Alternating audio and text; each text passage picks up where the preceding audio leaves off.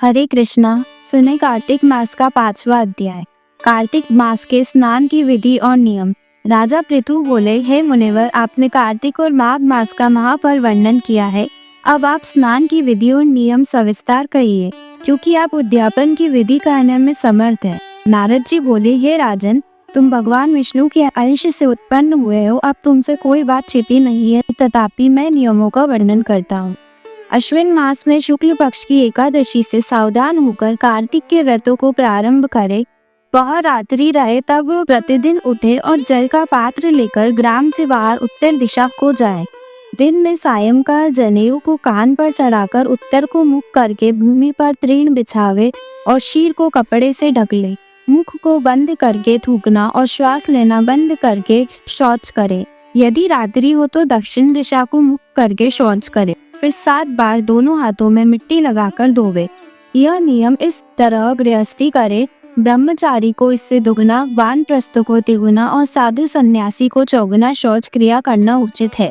जो मुख शुद्धि नहीं करते हैं उनको मंत्र फलदायक नहीं होते, इसलिए दातुन करना भी अत्यंत आवश्यक है। दातुन लाते समय वृक्ष से कहे, हे वनस्पति, तू हमको आयु, बल, यश, तेज, संतान, द्रव्य, यज्ञ एवं वेद पाठ की शक्ति और बुद्धि दे। इस प्रकार मंत्र को पढ़कर बबूल, गुलर आदि किसी दूध के वृक्ष की 12 अंगुली लंबी दातुन लावे। श्राद्ध तिथि व व्रत के दिन दातुन न करे। अमावस्या, नवमी, षष्ठी तिथियों और रविवार तथा चंद्र सूर्य ग्रहण के दिन दातुन न करे। काटो, पीपल, वट, अरंड के वृक्ष और दुर्गंध वृक्षों की दातुन न करे। तदंतर भगवान विष्णु और भगवान शिव के मंदिर में प्रसन्नता से विधि पूर्वक पुष्प, गंध, तांबूल आदि ले जाए तथा भगवान को बिल्व पत्र आदि पूजन के उपचारों के साथ नमस्कार कर गीता आदि स्तुति गान करके एवं मधुर वाणी में भजन गावे। फिर ताल, बीना, मृदंग आदि ध्वनि से युक्त नाचने व गाने वालों का चंदन पुष्प आदि से पूजन कर स्वागत करे, क्योंकि देवालय में भजन कीर्तन करने वाले लोग विष्णु स्वरूप होते हैं। जैसे सतयुग में जप, तप, यज्ञ, दान आदि भगवान को प्रसन्न करते हैं, वैसे ही कलयुग में भक्ति पूर्वक भजन, संकीर्तन आदि ही एकमात्र साधन है।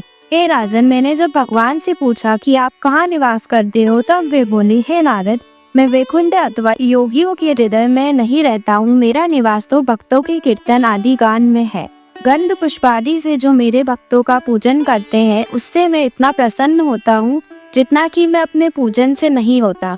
जो मूढ़ लोग पुराणों की कथा सुनकर और मेरे भक्तों द्वारा किए गए संकीर्तन गान को सुनकर उसकी निंदा करते हैं, वे मेरे शत्रु के समान है। सिरस, तदुरा, कटेरी, मल्लिका, सेमर, आर्क तथा कनेर के फूल से विष्णु जी की पूजा नहीं होती है, और गुड़हर, कुंद, सीरस, जूही, चमेली, मालती, केतकी आदि के फूलों से शिव जी की पूजा नहीं होती है। लक्ष्मी जी के चाहने वालों को तुलसी दलों से, गणेश जी की धूप से, दुर्गा जी की अगस्त के फूलों से, सूर्य देव की पूजा करना उचित नहीं है। यथा योगी फूलों की विधि से ही देवताओं की पूजा करके भगवान से क्षमा प्रार्थना करे। हे सूर्येश्वर, हे देव, मैं मंत्रहीन, भक्तिहीन और क्रियाहीन हूँ, अतः अज्ञातवश मैंने आपको जो कुछ भी पूजा की है वह परिपूर्ण होवे। फिर दंडवत प्रणाम कर भगवान की कीर्तन, स्तुति आदि उनकी प्रसन्नता के लिए करे तथा उनके सम्मुखगान आदि करके प्रार्थना द्वारा अपराध क्षमा करावे।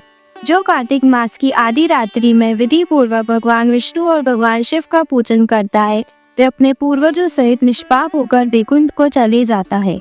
हरे कृष्णा।